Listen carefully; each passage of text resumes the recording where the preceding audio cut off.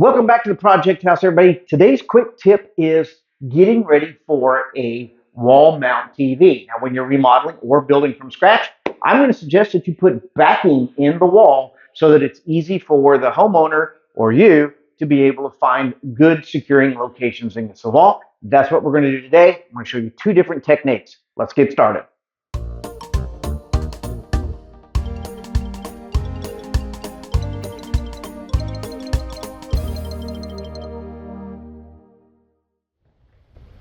Okay, today's quick project back at the Project House is going to be really easy. We have a brick wall behind me, and as you can see right here, there used to be a flue that went through here. When we bought this house, we're down in the basement. When we bought this house, there was a really nice wood-burning stove down here. However, the chimney itself and the roof around the chimney had failed and was leaking really bad. So the house has a new roof on it. We took that chimney completely down. You can see that in an earlier episode.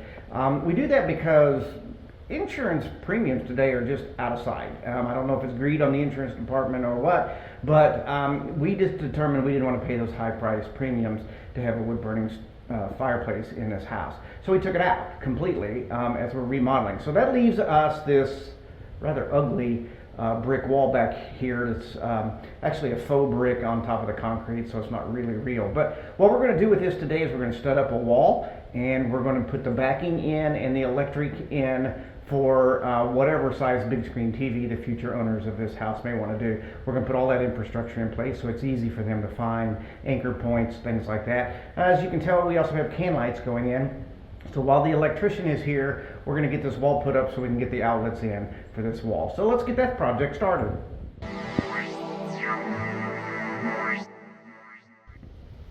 Let me pause here for just a minute and explain what I'm getting ready to do. You can see we got most of the studs up, a couple over there that we're not done with yet. So we found the center point in the room, and this is a 3/4 inch sheet of plywood.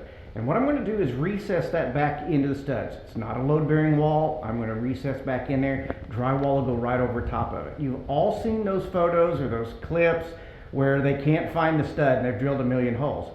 Doesn't matter where you drill in this plywood space, you're going to have good solid backing. So you don't have to be an expert to hang your wall mount TV. No matter where you put it inside the plywood, going to have the anchoring that you need. That's what's important about it. It's not a load-bearing wall, so I can cut the notches out of it, and that's what I'm going to do next. All right, so you're going to set the depth of your saw, the depth of the plywood, which in this case is 3/4 of an inch, and then I'm going to cut a bunch of notches in the studs. After you've cut the notches, remove all of the material with the claw of a hammer or a chisel. Once you have the tray cleaned, recess the sheet of plywood in with screws. Option number 2 is what we did behind this wall. This is a load-bearing wall. We didn't feel comfortable with notching out the 2x4s. So what we did here is simply put 2x12 blocking in here, and the staircase is actually behind here too. So it would have been really tight in behind there for our infrastructure. So 2x12 blocking, electrical outlets, that's how we did option number 2.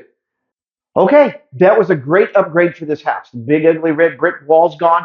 Chimney's gone, everything's gone. The wood burning stove is gone. Now this house is nice and safe.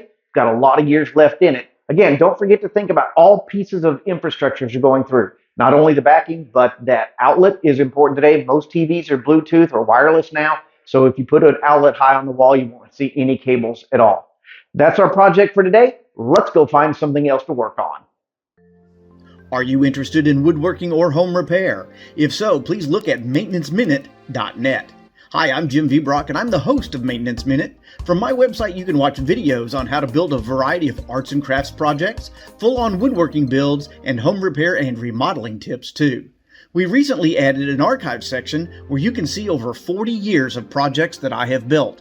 Please take a moment and visit maintenanceminute.net.